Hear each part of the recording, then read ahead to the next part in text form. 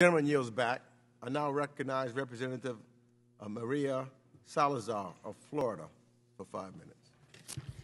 Thank you, Mr. Chairman. And this is the time for choosing. We must choose freedom and democracy. There are some great proposals in this markup to help the Ukrainians, but there is a serious omission, a missed opportunity to protect our Western Hemisphere from the same atrocities.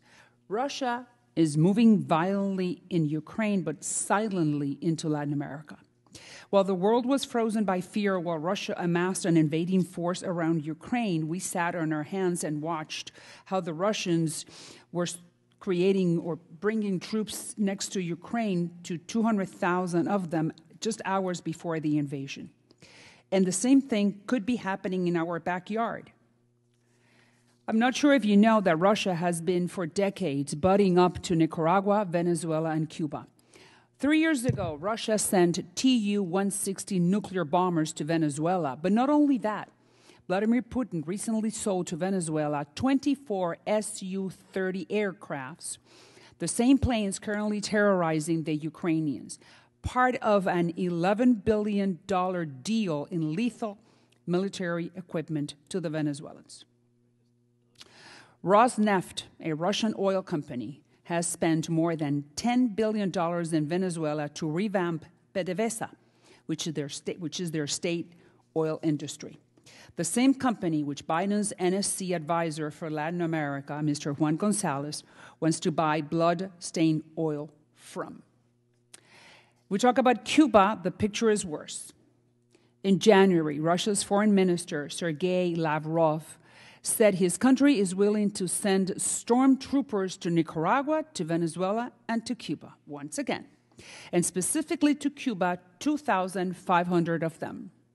In February, their deputy prime minister visited the island, and they want to spend billions and millions of dollars on air and seaport infrastructure for dual purposes. You know what that means, right? That the Russian military is coming into Cuba again.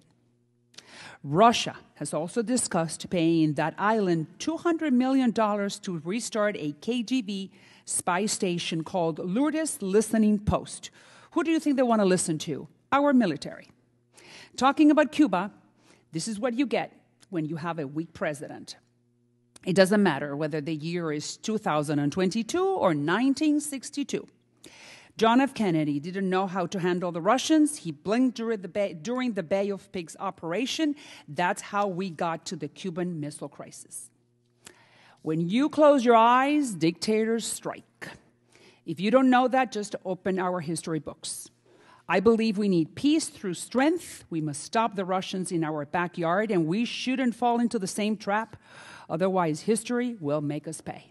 And I thank you very much, and I thank my friend Mark Green for trying to make changes in this bill to expose Russia in Latin America specifically. I yield back. Thank you, Mr. Chairman. Gentlelady yields.